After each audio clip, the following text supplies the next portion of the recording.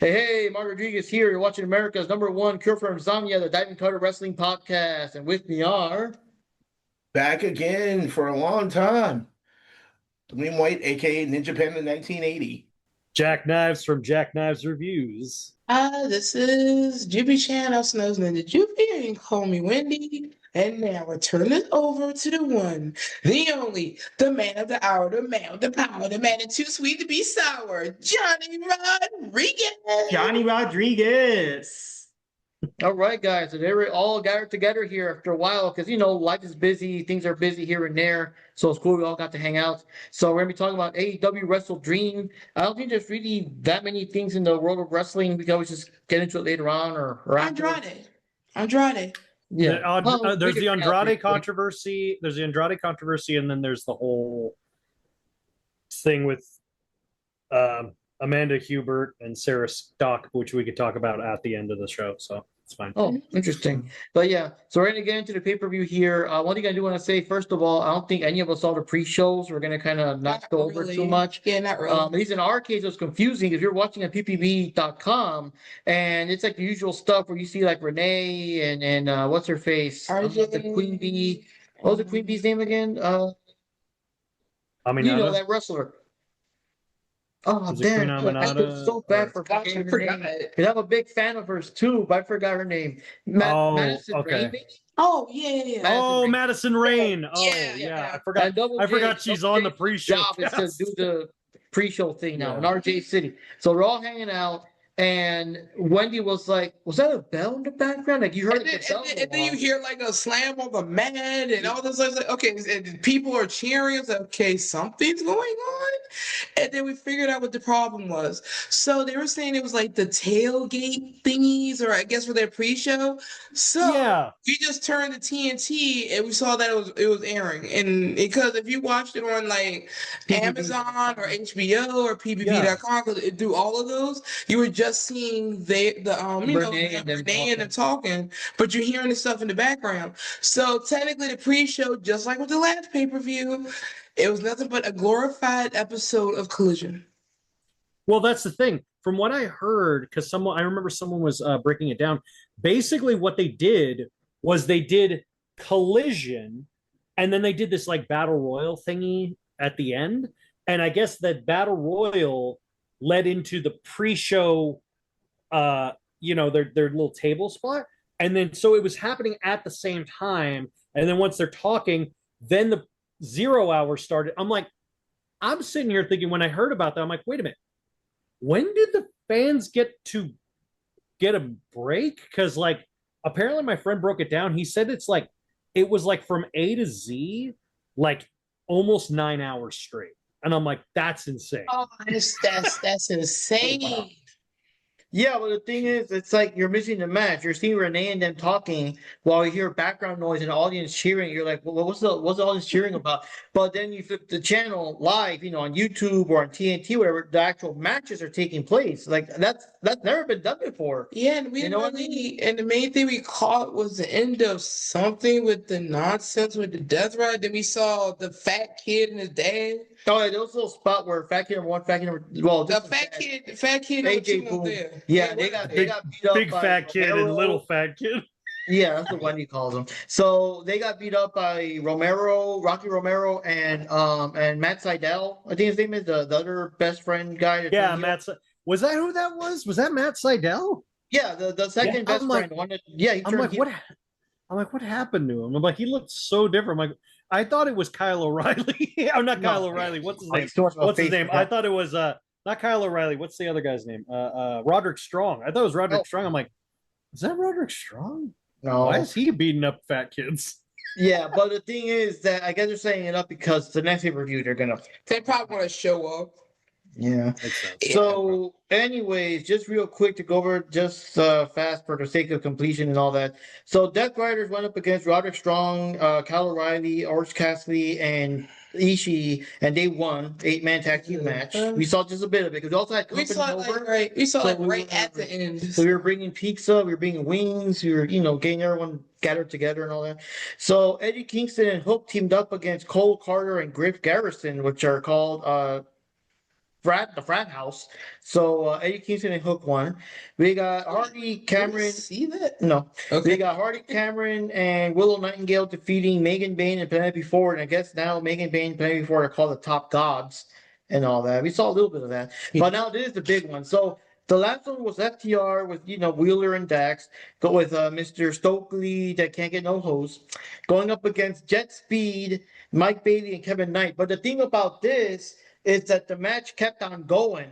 And at first we were kind of confused because like it cut off, but it's like, but the match is still going. They're all like, okay, guys, yeah, it's wrapping up. See you at the WrestleDream or whatever. And then it cut, and we're like, so what's gonna happen during WrestleDream? So then we went back to PPV.com and the match is still going. I said, no, but WrestleDream actually started with the match in progress out of nowhere.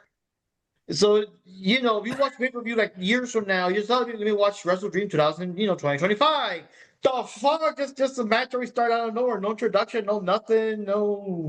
I want to say I think I know where they were going with it because they wanted to make it seem like an action movie. So if you like think of like an action movie and like a good guy's fighting a bad guy and they're on a balcony and there's explosions in the background, you're like, whoa, that looks cool. If you did it right, it could have worked. But the way it looked less like a big epic brawl and then fireworks exploding, it looked more like four homeless people beating each other outside of a fireworks factory. So it's like less intrigue, especially to be fair, Mike Bailey looks like he would beat up someone outside of a fireworks factory. Let's be 100% here. I love Mike, but that's the one issue I have with Mike Bailey. I love Mike Bailey, and thank God he never went to WWE because they would have shoot him up and spit him out. Let's be honest. As far as his character, and not him as a wrestler, him as a character. Yeah, his character is 1-2-3 Kid Jr. Yeah, and I'm just like, because it's like, oh, he's a 4th degree black belt, one of the best kickers in the business, coolest finisher. And then you see him and you're like, niggas, you're like, what? It's like, that guy will kill. It's like, that. Don't mess with that guy. He'll kill you. And he's like, I brought everybody some lemon tarts. You're like, what the hell?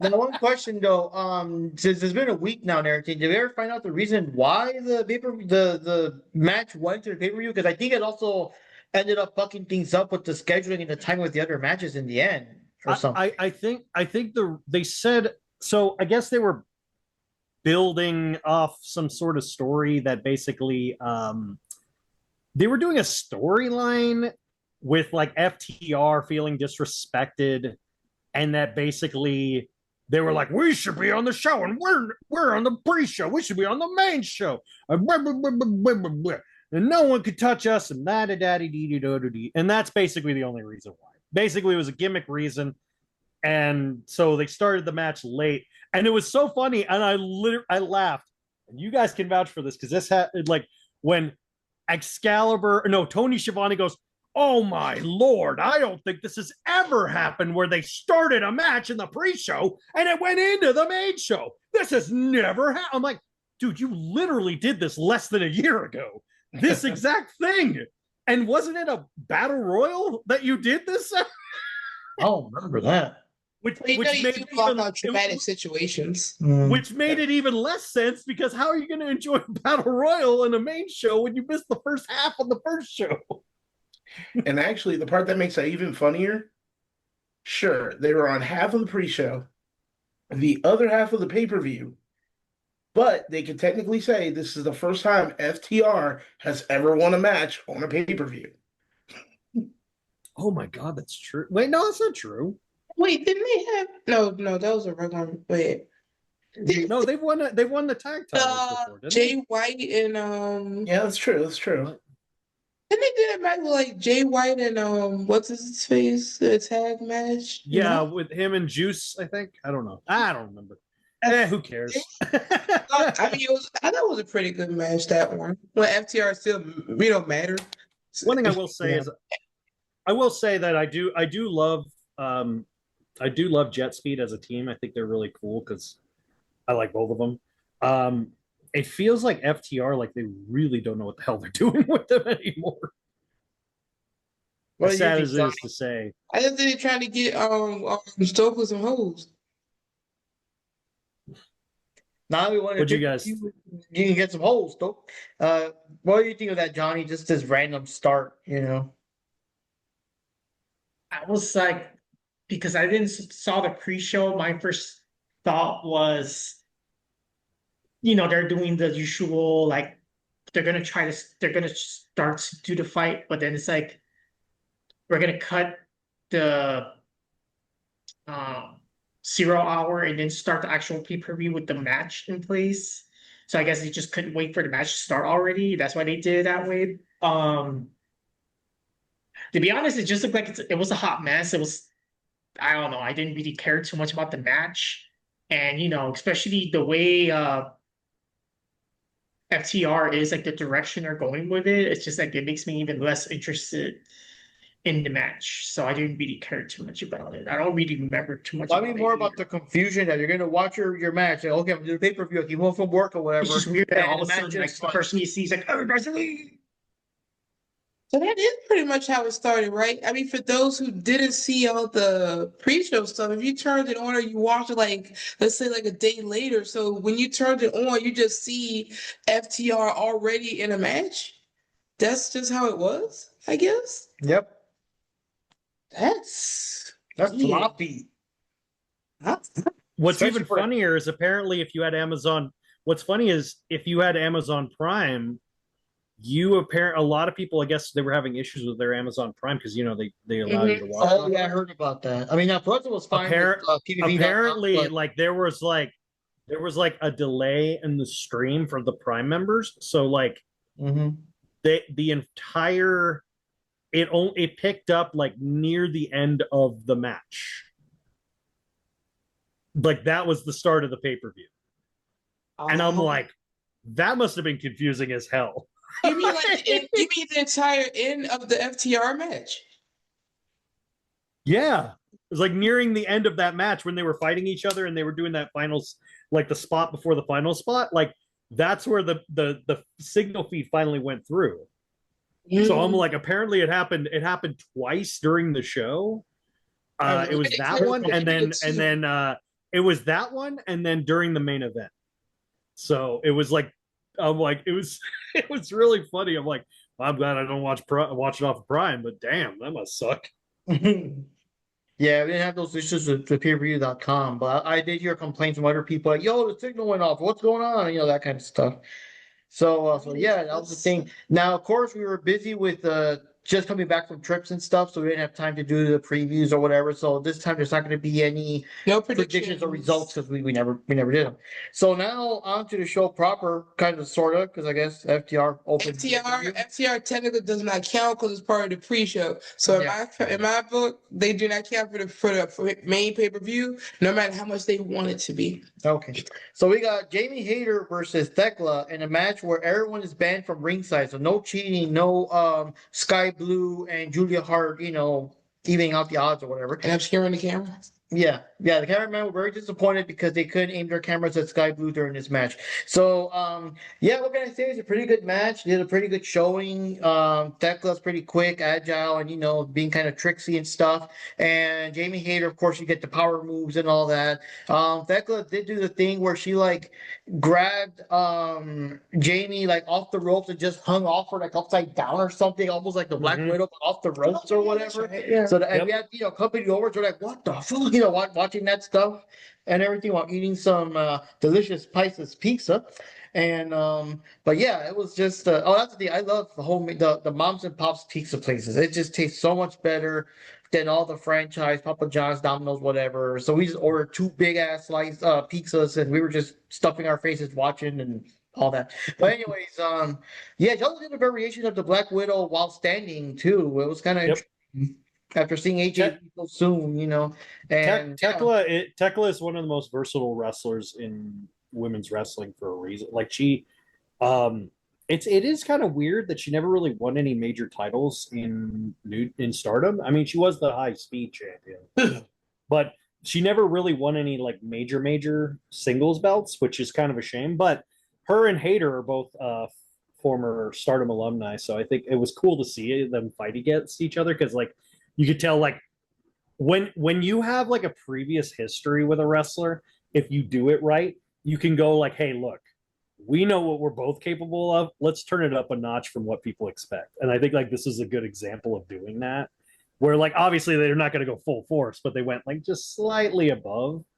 And honestly, I do think this is probably one of the probably I would argue probably the best women's match of the night. I could be wrong, but in my head, like this is the one that I remembered the most. Yeah. Wait, to be fair, No, we had several. no, we had three, so I have to agree with him on this one. Yeah. If I were It was the best like solid A to Z, like bell to bell. I'm saying. I'm not Yeah. saying any of them were all any of them were terrible or anything, but I'm just like of the three I could think of, like that was probably the best one. But it needed more puppets, damn it. No, I'm just kidding. Oh, now the one thing too, I More was puppets, man. confused why her buddies didn't jump in, but I didn't know about that stipulation and they were banned from ringside and stuff. But yeah, like that was a pretty good match, and it got our attention going. Once all that confusion with the FTR match kind of wore down, we all got settled, and everyone's got their plates, their cups, or whatever. We paid more attention. It was fun. It's a good match there. Your thoughts, William?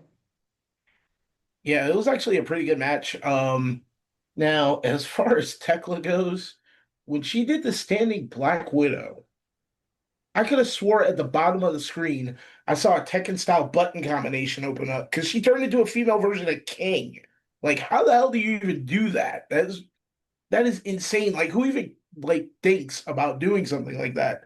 And she just did it like, oh, it's Saturday. Yep, that's Tekla. I literally said that to you. I don't know if you guys remember. If you go back to a couple other episodes of Diving Cutter, I said when Tekla debuted, I said their women's division needs someone like Tekla, and I was right. I still stand by she should be like top tier, one of the best people in their company. If they use keyword there, if they use her right, that's the keyword there. What are your thoughts on her being part of the faction there with Julia Hart and what's her name? Sky Blue. I think she is helping them a lot because even though they're not too far off in age, I want to say I think Tekla is like 26 or 27, something like that. She's been wrestling for 9 years, so she's been wrestling since she was young, and she wrestled in the Australian wrestling circuit. Which, have you seen that shit? They are no joke. So I think her being like a faction leader, because I think the sad thing is, I think Julia Hart was at the heyday when she was with the House of Black, but ever since they dissolved, she's kind of just been in limbo. And then Sky Blue has never really had like stable footing. She's not bad. She just never had the right stable way to use her, I guess. Okay, and so I found a use for her. Yeah. God. But I think with Tekla around, she actually adds some stability to them to help elevate them. And I think like that's a thing you can do with them, like kind of make them less focused on the theatrics and more focused on like being grounded like villains. Because yeah, they got the whole witchy stuff going on, and that's cool. But Tekla is not like evil in like how do I explain this? Tekla Julia Hart and Sky Blue are more theatrically evil. They're like, the Wyatt Six. And Tekla is more like the Bullet Club or Oedo Tai. She just goes out there and beats the shit out of you with a bat because she doesn't care. Right. So I think adding her more like grounded reality of a character to those two will actually help elevate them because it'll force them to not solely rely on the gimmicks. It'll make them better in the long run. That's my opinion. So Tekla, Plus, I mean, the way the there's personalities work, the best way to put it, it's kind of like those two are like characters from the movie The Craft, and then you have Negan from The Walking Dead. yes, That's exactly. literally the best way to put it. Exactly. And there's a reason she was handpicked by Julia when she was making Donna Del Mondo near the end. She specifically wanted her, even though originally she didn't want any gaijin or foreigners. She didn't want any originally, but she loved Tekla so much as a wrestler, and she saw so much potential in her. She was like, no, you got to be in my group. So Thecla basically is in the forefront, and we can say that Julia kind of covers the sides while Sky Blue covers the rear. You. I do think what would make it better, honestly, I know it sounds weird.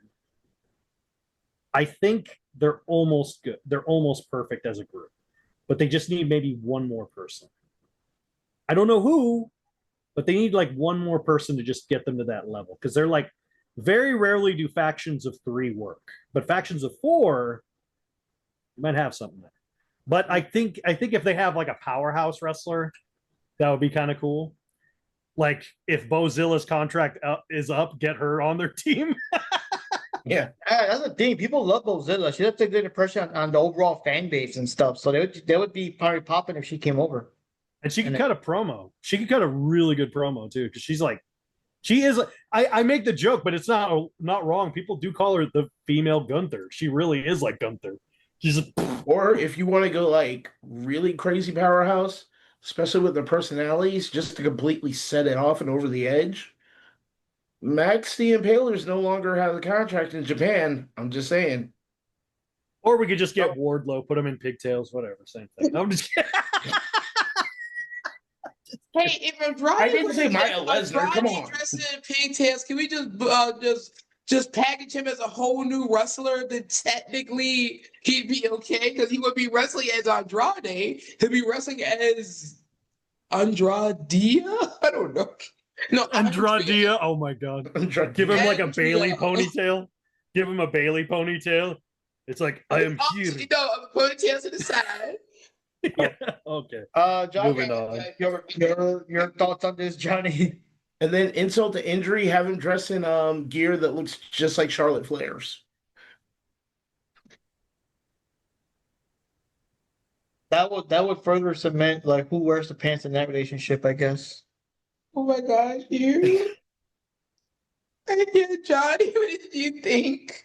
Okay, with the match, I found it very interesting, and I don't think we'll really get to see much. At least I haven't seen much of Jamie Hayter, so it's good to see her in the pay-per-view, like official, And Tekla, she's just interesting all the way. Like she's very gimmicky in certain aspects, so I found that to be interesting about her. But yeah, I thought it was a good, decent match. I don't remember too much of it, but I did remember that hey, it's a big deal to see Jamie Hayter like on a pay-per-view. I don't know if she hasn't been on a pay-per-view before, but Well, back as when she far was as I champ, know, I'm sure. Jamie Hayter. It's not very recently. Yeah. yeah, I think it's more like recent that she's appearing a little bit more. So that's good. Now her 60s goodness. Yep. Her 60s fashion goodness. Yep, her form-fitting 60s fashion goodness. Oh, you. But yeah, I think did everyone get their thoughts yet on that one? Mhm. Okay. So next match we had was little storyline here because the Young Bucks are all broke and stuff. There was also a joke that they spent all their money in Vegas or whatever. So they really, really need this money match. It's a $500,000 tag team match. So whoever wins this gets the money. And it's Jurassic Express, the return of Jack Perry and Luchasaurus, and everyone popping because they're glad that they're finally back together. And I guess Jack is a face now. He still has that douchey attitude. But anyways, going up against the dumb fucks, Matt and Nick Jackson and everything. Yeah, Jurassic Express won. Yeah, they won. Yeah, Yeah, but pretty good match. And I like to see dollar. in action. I like our buddies. Some of them were still a bit new to stuff, so they were kind of like, is that dude really named Luchasaurus? Because yep, the Luchasaurus. But at the end of the match, who ran? Someone ran in. Yeah, it was a run-in at the end, but I kind of forgot. I know Luchasaurus, Jurassic Express won the match and won the money. It was I think it was the Don Callis family. Someone, Yeah, the Don Callis people came in because they're friends with the Bucks. They all attack them and stuff. Now I remember because then Kenny Omega showed up with his kind of cool to see him. And again, our friends, who's that? Had to explain, who he was and why Kenny was gone for a while and all that. And It was interesting though. We had to explain a lot. So works here. Yeah, well, he is missing half his intestines or whatever. Yeah, remember those announcers, the commentating team never let you forget that. This is just awful. He doesn't have his intestines, and it's just pandemonium. Take them seriously when they talk like that, and then when something they should be reacting to like that, they don't. It's just they're weird. Their reaction to Kenny Omega is like reacting to a person with no arms holding a gun. Like, oh my god, he should not be here. This is not right. It's not. I'm like, dude, he's cleared already, clearly by your doctors. Why the hell are you freaking out, dude? Calm down. I mean, it's not like he's Adam Cole or anything. No, God. I know, right? I'm gonna say this, and I maybe no, I don't care if I piss people off. Jack Perry is the perfect equivalent of how to make a failure in wrestling. How is it you can go from pissing off one of the biggest stars, costing your company millions, to joining one of the biggest factions in wrestling, then getting kicked out of said faction, only to revert back to your stupid gimmick where you had to wear a loincloth? Do you know how much of a level of failure you have to be? That's like falling down a ladder in a hole in a pit full of concrete. Like, that's the equivalent of the levels of failure right. Jack Perry is.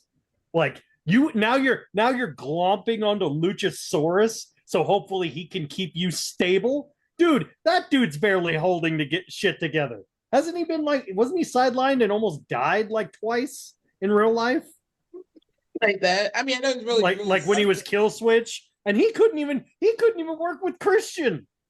You like, let's call you Kill Switch, and I'm all like, oh, it will only work if you make a gimmick where he's married and then he gets engaged. That's the only way it will work. Cry me a river, Jack.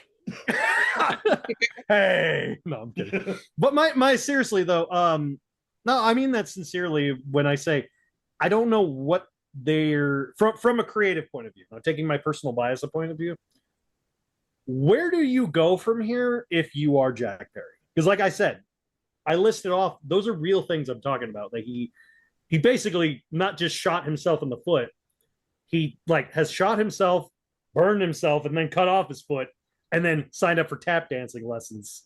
And I'm just like, what do you gain out of this, sir? Like, where do we go? What do you expect me to do with you? Like, that's what I would be like in creative.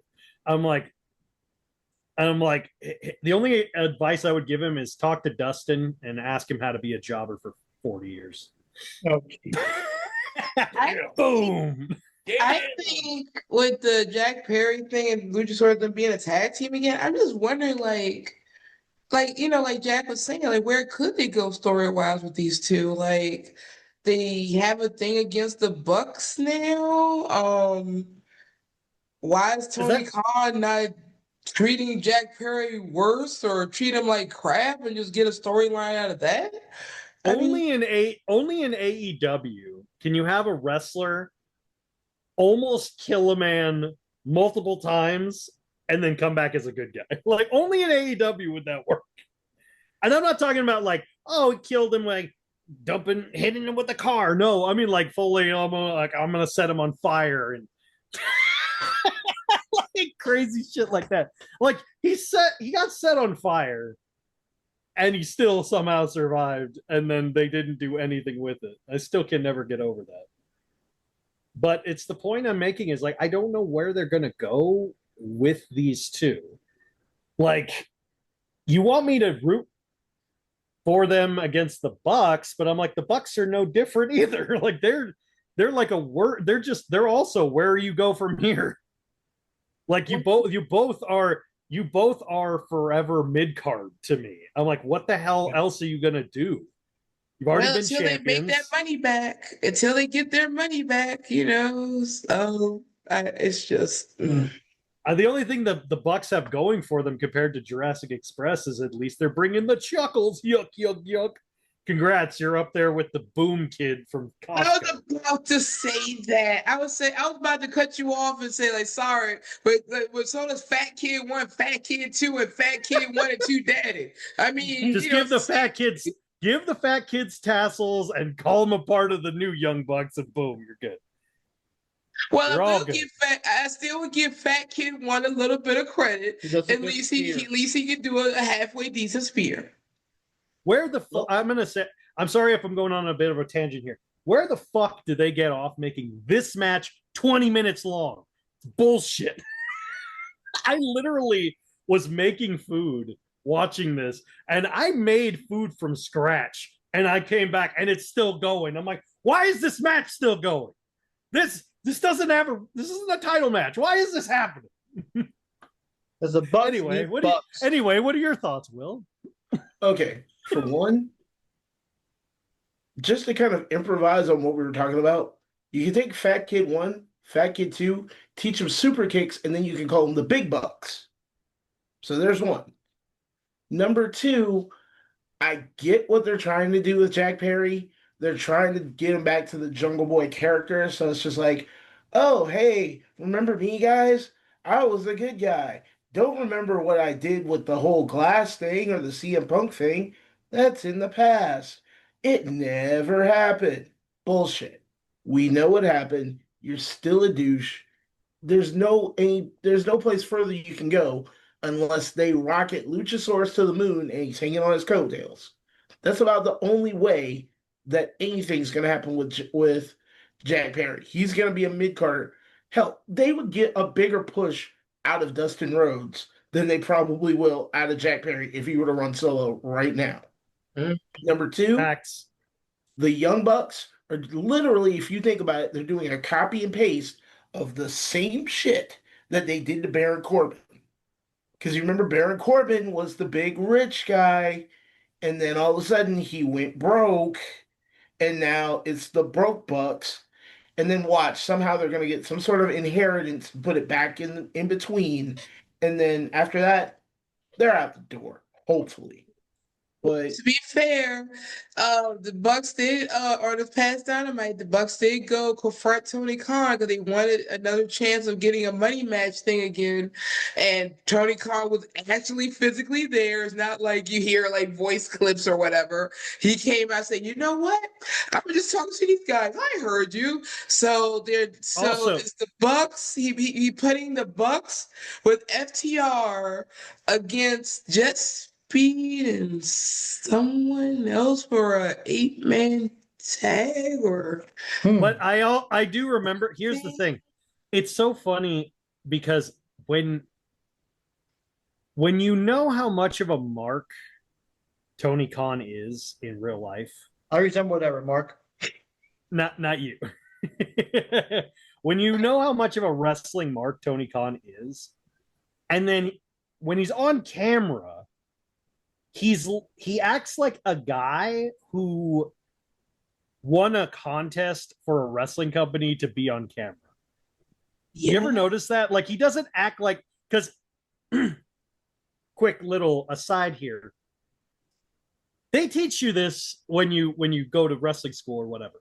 Whenever you cut a promo, you don't look at the camera unless you're the only one there. But if you rewatch the segment with Tony Khan, he keeps going, well, I think that we should be doing this, and then I also think that we should be doing that, and then I also believe that we should. I'm like, stop looking at the camera. Stop it. And he's like, what do you think at home? I'm like, what are you, Dora the Explorer? God. He's like, can you find the dumbass? There he is. it's John Moxley. No, closer. yeah, that Almost like that. Like, can you find a dumbass? No, wait a minute. John Moxley's not in this scene. You're like, or Darby. So anyway, But What do you think, Johnny? about Tony Khan, I think that's the way he is. That's the way he talks. Because I noticed that he's always like looking at the camera, and he's always he just has like a certain gimmick about him, a certain way how he conducts himself. It's an awkwardness that does not present well as you are the owner, is all I'm saying. Like, as a person who you go, oh, this is clearly the owner of the company, and he's like the guy who uncomfortably smiles while telling bad news. It's like, so grandma died. Anyway, there's cake in the lobby. You're like, oh god. Oh god. But yeah, going back to this match, yeah, it was too long, and I'm like, why is this match so long? And as much as they try to make Jack Perry into the face, he still looks like a douchebag, and he still acts kind of like a douchebag. Because I know I remember that when the fans were, doing the whole like, when you're walking by, when the wrestlers are walking by and the fans are having their hands out, and it's like he's doing that. His face looked like, yeah, whatever. Like he thinks he's too big. He's too full of himself. That's the impression I get from him. Like he's too, he's like the rich kid from Hollywood. He has that bingo owner. Yeah. I think he forgot to get I think he didn't read the memo. Or he forgot how to do. He's so used to being like the cocky douche, he forgot how to do the more face mannerisms. So unless he's kind of an in between, or I don't know. No, But, it's 'cause they don't know do with their wrestlers. But yeah, it's kind of like I think like what William said. I think that they don't know what to do with Jack Perry, so it's kind of like, okay, just make him, into a face, and let's hope people will forget all the douchey things he has done, including the CM Punk incidents. Um, yeah, in my book, he's still a douchebag. I think it's a matter of time that he'll probably go back to being heel again. I think they're just gonna go back and forth with him. I think that's their strategy they have with him. Uh, Young Bucks, they're a lost cause. It's like whatever. We don't care about the Young Bucks. I mean, the only thing I liked about the match is that hey, the Young Bucks lost. That's all I care about. I have to agree with others. I did feel this one went on too long, and this isn't the only match I felt that way with either. I felt like either match went on too long or the pacing felt a bit off, like that. Yeah. So the next match we have here is Tornado Trios match to determine who's going to be the number one contender for the AEW World Trios Championship, and it's the Hurt Syndicate, Bobby Lashley, Shelton Benjamin, and MVP in the ring, going up against the Demand. Aha! Because I guess that's what they're called now, via name. Ricochet, Bishop Khan, and Toa Leona. And yeah, interesting match. I was kind of confused by Tornado Trios. I'm not sure how's that different from a regular Trios match. If Jack can maybe tell us the rules on that one. But they hurt people. The Hurt Syndicate won. No, they didn't. Oh, yes, they did. No, they did. Yes, they and did. MVP, didn't he get, was he the one that scored a win? I think MVP was the one that scored a win. Oh, he did? Yeah. I don't know why I thought they lost. No, they did. They did win, but the problem is I can't remember the finish. I think MVP did his like elbow drop or something, and then he pinned the guy and he won. I just forgot which guy it was. Yeah. I know it wasn't Ricochet though. It was one of the Leona guys. One of the former Gates of Agony, you can recall the Demand. Yeah, they basically a tornado 6-man tag is basically just a tornado tag with 6 people. That's really it. Like anything goes, I guess. But the problem I had, I think I wrote notes about this match. Hold on.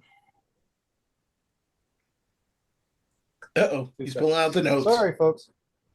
Hold on. I remember. Oh yeah. So yeah, I said Hurt Locker, Spring McWines, and his Dum Dums put on a clusterfuck of a match. That's the names I have for them. So I wrote Spring and Shelton could, keyword there, could have some potential in the future. The problem was the cameraman and everything else was so clustered you couldn't pay attention to half the things. But the biggest issue I had, the two biggest issues I had with that match were that they were doing spots that were so stiff, but not like stiff, like punch stiff, like uncomfortably stiff, like spots where you like, especially with like the spot I'm thinking of specifically is the MVP moment. You know what I'm talking about, where they hit him and like they power bombed him or whatever. I was like, that didn't even look like. That just looked uncomfortable. Like not like in a. I know it's wrestling, but I'm saying like in a way of like that looked like it went wrong. But the biggest issue with this match specifically, and with the majority of the show, this crowd could not give two shits. Like, did you notice they had like 0 pops for anything outside of the entrances? They were like, this is a theme with the other matches too. I noticed too, some of them, it was just the energy wasn't there. But, and remember when we were talking about it, but then I was thinking, how long were these people here before they even got to this point? They're probably like tired out. They have fatigue. Because you got to think, what at this point, this is match number 3. So that means they had to have already been in this arena for at least 4 hours by now. It's already been the 4-hour mark, and they're not even close to end. So the crowd was like, there's a reason you don't do this long a pay-per-view or this long a series of shows at the same time. But it was such a, it was like, it was so awkward because you could tell like they were trying to feed off of the crowd and they were giving them nothing. And I'm like, when you hear someone get smacked that hard, that stiff, and the crowd's just like, it makes it way worse. It makes it so much worse. And especially with MVP, poor MVP. Like, man had to get stem cells in his kneecaps for nothing. Poor guy. Yeah, what do you think, Will? I gotta agree with you on that one. You get slapped that hard and it's dead quiet. I'm looking at this going, wait a minute. Did we switch from an AEW crowd to like a New Japan crowd where they totally get like quiet until there's like a huge spot, then you get like a golf clap or something? What happened? That's the thing with New Japan crowds. I love New Japan crowds because if you pop, they pop, you have to earn a pop. So like 9 times out of 10, they're like, and then like occasionally you'll hear them go, whoa. Or if you get the fangirls who love a specific person that they absolutely love, you'll hear them squeal their names. Yeah. I mean, yeah, it almost was like a New Japan crowd. And I do get what you're saying as far as like the way the moves kind of went. They weren't like stiff as in hard hits. They were stiff almost like every wrestler kind of like forgot what they were doing. They were like almost like newbies. Like they were almost like rookies. Like they look like they're scared of hurting. They're scared to the Hurt Syndicate was scared of being hurt and hurting people. Yeah, right. I mean, it looked like they were like either too green or too injured, and they didn't want to hurt each other. And then when they hurt each other, you could tell the remorse on the way they did it. They're like, ooh. Like, I mean, that's what you get when you get the Flippy Dippy Squad versus Team No Neck. And have them run against each other. I mean, you've got the Slap Meat crew over here with Bobby Lashley and MVP. Then you've got Ricochet and his guys who, Gravity pretty much was their dad and went to go get milk. And they weigh like all 120 pounds together. But guys, we should give this a 10-star classic according to Ricochet. He's the greatest wrestler who ever existed forever of all time forever. Did you see that? Checked out Meltzer's reviews for this match. Did you see that? What he said. Did you see that stupid argument thing that he tried picking a fight on Twitter with EO. What? EO Scott. He was saying that, well, she's okay, but I can do everything she does, but better 100 times over.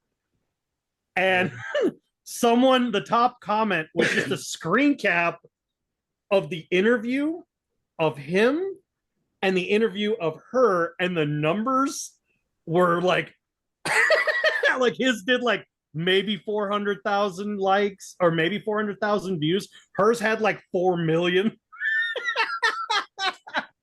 And I'm like, let's see. A person who's been a 2-time Grand Slam champion in 2 separate companies is obviously a first ballot Hall of Famer at some point soon in the future. But that guy can flip really good. Yeah. And I was flipping before flipping was cool. I'm like, okay, so was Too Cool Scorpio. That doesn't make him a great, amazing wrestler either. Yeah, not to mention, let's be real about it. Other than that backflip from the top rope when he got in Velveteen Dream's face, let's face it, every highlight reel that he is in that everyone has seen at some point, be it on Facebook, Instagram, whatever, it's always him and Will Ospreay. Yeah, it's like Japan matches. You guys remember? Hey guys, you guys remember 2011? No. Well, I was cool back then. Like, okay. Hell, his biggest claim to fame was being a world champion in Lucha Underground, and he wasn't even himself. He was wearing a mask. He was Prince Puma. Yeah, he was Prince Puma. Like, Let's end it right loser. Now, given I'm not really going to knock that because that match between him and Rey Mysterio was a good match. It's true, but I'm saying my point. But now his biggest claim to fame isn't I'm one of the greatest high flyers of all time. Oh. All that. Now his biggest claim to fame is look who I'm married to. And the fact that he's a Twitter troll who clearly has the most fragile fucking ego on the planet. I'm like, oh my. I thought Jim Cornette had a fragile ego. My God. Ricochet makes him look like a toddler. Jesus. Yeah, well, Cornette's fun at least. Yeah. Oh, Yeah. speaking of which, complete and total side note, did anybody see the tweet that Asuka made to Goldberg? Yes, I loved it. She finally responded to Goldberg after Goldberg got all upset years ago about Asuka breaking his record for undefeated streak in wrestling, and he said, "Oh, some girl named Asuka. Yeah, I don't know who she is. They just, they had their in the streak, but it's never going to be as good as when I did it." And da, da, da, da. And she finally responded after all these years. She goes, "Not only am I she's like, put some respect on my name. Not only am I the greatest women's wrestler of all time, you have never put on a single match as good as I have." Or something like that, right? It was something like that, right? It was like she was just roasting him. Yeah, and like at the very end, she's like, "Take that, you part-time bitch." I'm like, "Oh." Yeah, she said, yeah, she did say that. Yeah, she's like, "Take that, you part-time bitch," because no one's ready for Asuka. Like, anyway, back to the match. The match was kind of, like I said, going back to the match. The match was just, eh. Yeah. Like I said, it was more awkward, and honestly, I wish this match wasn't on the card. They shouldn't have even had this match on the card. This could have been a Dynamite match, to be honest. Like this match and the Jurassic Express match and the Bucks, that could have been, both of those could have been on a Dynamite. Like those do not have to be on this pay-per-view. No, all this shit about collusion. And honestly, the person that had the most botches in that match, oddly enough, was the cameraman. How did that happen? Yeah, I was like, what's going on? Like, what is happening? Anyway, what were your thoughts? What were your guys' thoughts? Yeah, good, Johnny.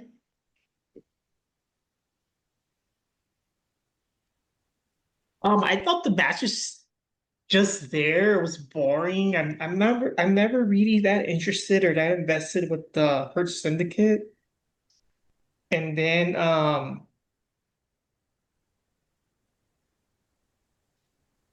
Ricochet is just so gimmicky and so goofy and so stupid. It's hard to really take him seriously as a wrestler. and he keeps losing so bad that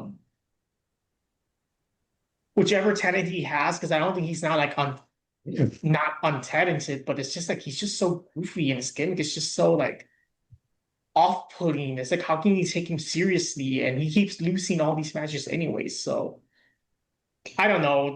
Honestly, this was not a match that's really like pay-per-view worthy. It's not like, oh, I can't wait to watch this pay-per-view to watch Ricochet lose like a loser again, you know?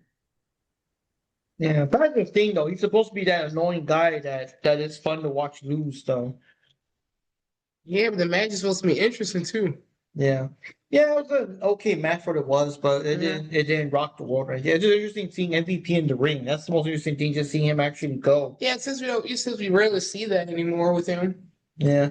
All right. So the next match we got a big one too. It's Kyle Fletcher with Don Fallis there going up against Mark Briscoe, singles match for the AEW TNT Championship, which Kyle is the current champ. And yeah, it's a pretty good match. It was a pretty kind of a lengthy one. They did lots of back and forth. They did, they did all their things. And I also felt this went on too long. Yeah, To me, it did. well, it went on too long because you kind of knew Briscoe was not going to win. Yeah. If there was like more of a chance, because he really was giving his all and everything. My only thing was that it kind of sucked. He didn't have a spot to do his redneck kung fu because we were telling our buddies about it and he never did it so they could see it, so, and all that. And of course, Kevin, he knows about it, but like our other friend, he wouldn't have. So Where you get that one, Jack? My notes were out of order. Sorry about that. Hold on 2 seconds. Okay. So with this match, it was really stupid. I'm sorry. It was really stupid because there were things in it that every wrestling fan, at least worth their salt, like the back of your head would go, yeah, it makes sense. And then this whole match went to you for thinking that. So good example, there was a spot where Kyle Fletcher power bombed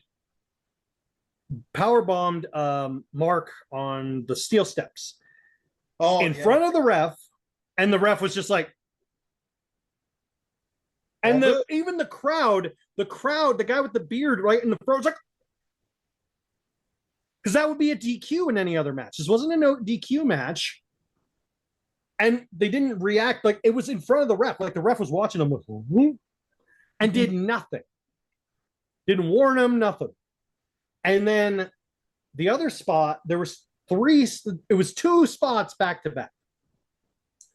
First was Mark hitting the J Driller to Kyle on the apron, which obviously I remember would normally be in a match ender, which is like, oh shit, that's crazy. But that's not the part that pisses me off. Oh, he didn't win after that match. That's not the part that pisses me off. What pisses me off, he hits the J Driller on the apron. He falls to the floor. Then Mark gets on the top rope to do an elbow, and Kyle moves. I'm like, wait a minute. Wait a goddamn minute. That should be a match ender, and you just suddenly roll out of the way. Fuck all the way off. No, that doesn't make any sense. That's like someone doing an F5 to Brock Lesnar doing an F5, and then like Brock Lesnar doing an F5 to like Kofi Kingston, and then all of a sudden it's just like Brock Lesnar getting on the top rope to do an elbow, and then Kofi Kingston popping back up and running away. It's like, no, that doesn't make any damn sense. No. And then and there was that one, and then I think I miscounted. This match also had, I believe, 6 false finishes in total. Like, should have ended here, could have ended there, could have ended there, could have ended there. Like spots that were like how he distracted the ref, low blow. He did this, he did a J Driller in the middle of the ring, kicked out at 1. He did this, his finisher, kicked out at 1. He did his finisher twice in a row, kicked out.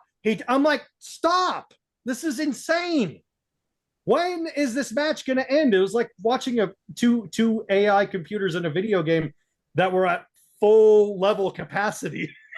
Just spam the moves. The bar never goes down. Yeah. I'm like, what is this? That's good. That's a good example. So What did basically, you- it was a what did you WWE think, Will? match. Hey, no, it wasn't that bad. Oh, hey, wait a minute. No, it's worse because it's like at least with the WWE matches, they have some pacing and it's like at least built up now. So they actually get the idea of the strategy of like building to a bigger story. I get that. But like here, I'm like, okay, if you've hit your move, your finishing move on this guy 4 times in a row and he still kicks out, at that point, just cheat. Like at that point, It's like, is that really your finisher? Yeah. That's exactly, like exactly. The raging demon guy gets back right up. It's like, what? Right. You know? You know, at that point, you just grab the folding chair and just go for glory. I mean, I realized the AEW treats finishers the way AEW treats finishers the way Dragon Ball Z treats the Kamehameha wave. It's like, it's cool, but maybe if everyone can do it, it's fine. And it's like, but wasn't this a big like end all be all move in Dragon Ball? It doesn't matter. Fuck it. We'll have this guy who's never seen the move do it, and we'll have him do it. And then how many times has he done it? 7. All right, do it another one. And then you do one too. And then the little kids can do one too. Fuck it. Like that's AEW style of writing. I have to agree with that. I cannot disagree with that.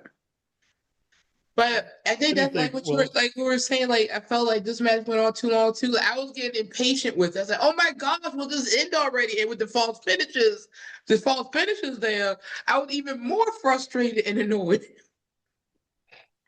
I needed a break after that, man. I didn't take one, but I do get one eventually. Mm-hmm. Mm. well, yeah, that was kind of ridiculous, especially that part with the referee, because, like you said, he got powerbombed on the end of the stairs, and the ref is just like, "Ooh, look, a quarter." Like, dude, what are you doing? It's okay to me. It looks legal to me. See, at this point with AEW, man, because I always forget what's supposed to be a DQ, a non. No, DQ remember, match. AEW's rules are always at referee's discretion. And that's always like that. That's the excuse. Yeah, they got that from New Japan, but the difference is in New Japan, they wouldn't just they would at least Red Shoes would warn them and go up to their face like, hey, don't do that again. You better get like this ref was like, I'm getting paid. He turned into Millsby Lane from Celebrity Deathmatch. It was like, Yeah, exactly. powerbomb on the steel steps? I'll allow it. You know, you just let it go. Yeah. That was actually fun and intentional. Here, it's just annoying. But like I said, at this point, I just assume all men are non DQ men because the refs they don't pay attention. Sometimes the way the matches start don't make sense. So and the refs don't do anything or. God, this stuff frustrates me. I need a drink. And Now I'll have a that Jack's brought it up, I'm gonna try something real quick. Hold on, I want to see if this will work. Kame, ha!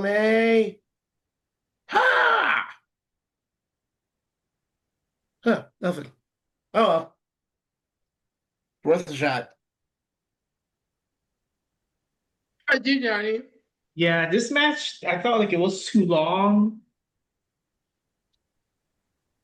And yeah, I don't know. I just felt like it didn't really. I just didn't really felt that interested in the matches I should have been. I think it was too long. I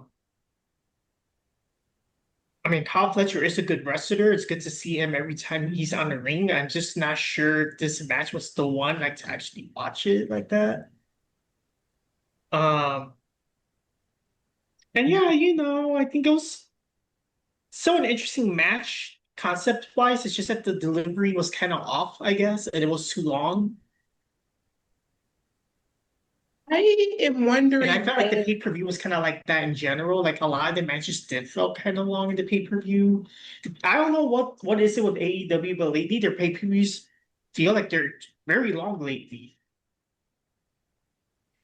Not to mention, one other Long thing that's was been boring bothering as me well. at a constant since Kyle Fletcher has been there. Can someone please do a DNA test on this man and make sure that he is not a relative of Will Ospreay? Because they look exactly alike. They could be twins. I guess Kyle's the gay one, I guess. Yep. But no, I still feel that if we look at certain types of material that he's the type that would be in it. I think if this is a big if they had the proper tools and harnessed him right, I really do see Kyle Fletcher as being a top guy in their company. I'm talking about like top tier. Now, that being said, you would need the proper tools and proper person to use those tools. So, not force them down your throat, Darby. You actually need someone who the audience can connect with, and either as a villain, as a hero, whatever, a person that you could look at and go, I see a lot of good potential in this, because I see right now the way Kyle Fletcher is presented, he's got all the makings of being a great wrestler. I mean, he's obviously a great wrestler, but being a great character. And I think he just needs some final touches, and then he could really thrive. The problem is I don't think he's ever going to thrive while he's with Don Fallis, because of the fact that he's one of a cluster. And when you're one of a cluster, you're not going to be able to thrive or stand out. You really have to it's not every company tries to make a Bullet Club, but the reason the Bullet Club worked is because they treat their faction like essentially like a biker gang. It's just a jacket you could put on to go to the ring, and you could just take it off and wrestle and then put it back on. So it's not like, a part of who you are. It's like, okay, cool. But the problem is American wrestling doesn't understand how to do that proper. If they spent less time giving Mercedes 643 belts and more time actually watching Stardom once, they would understand how factions actually are supposed to operate, which is that they're supposed to be separate teams and separate buildings, building up characters, building up titles, defenses, and all that stuff, and then just using the team names as just a patch. That's who I'm with. Cool. That's just do that, and you'll be fine. But it seems like factions in wrestling, in American wrestling, they don't get it, and it's it really infuriates me. I'm like, it's not a hard concept, fools. Y'all watch sports. You understand that if the guy leaves one team, he's not with that team forever, right? like Tom Brady didn't have a Patriots tattoo on his forehead when he went to play for the Pirates. And just saying as an example. So it's the same principle, they're no, with this forever, you're never with this. And I'm like, who cares, man? Jesus. But honestly, if Kyle has the potential to be a top guy, I really believe that.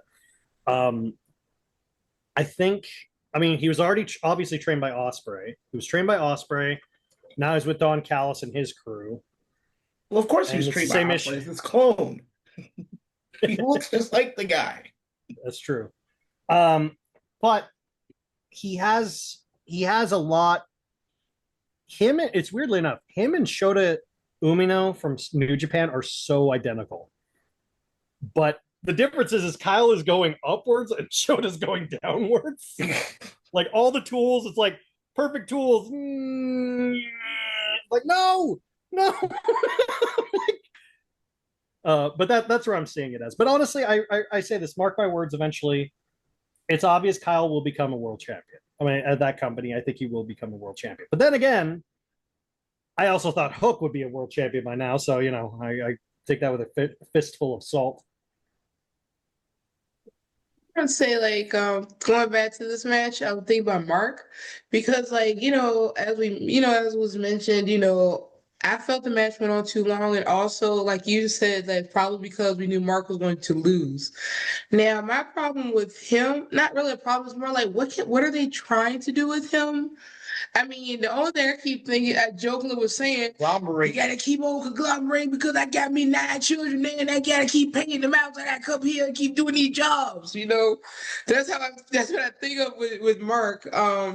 But it's like, where can he go storyline with him? Story wise with his character, he's just there. It's just weird.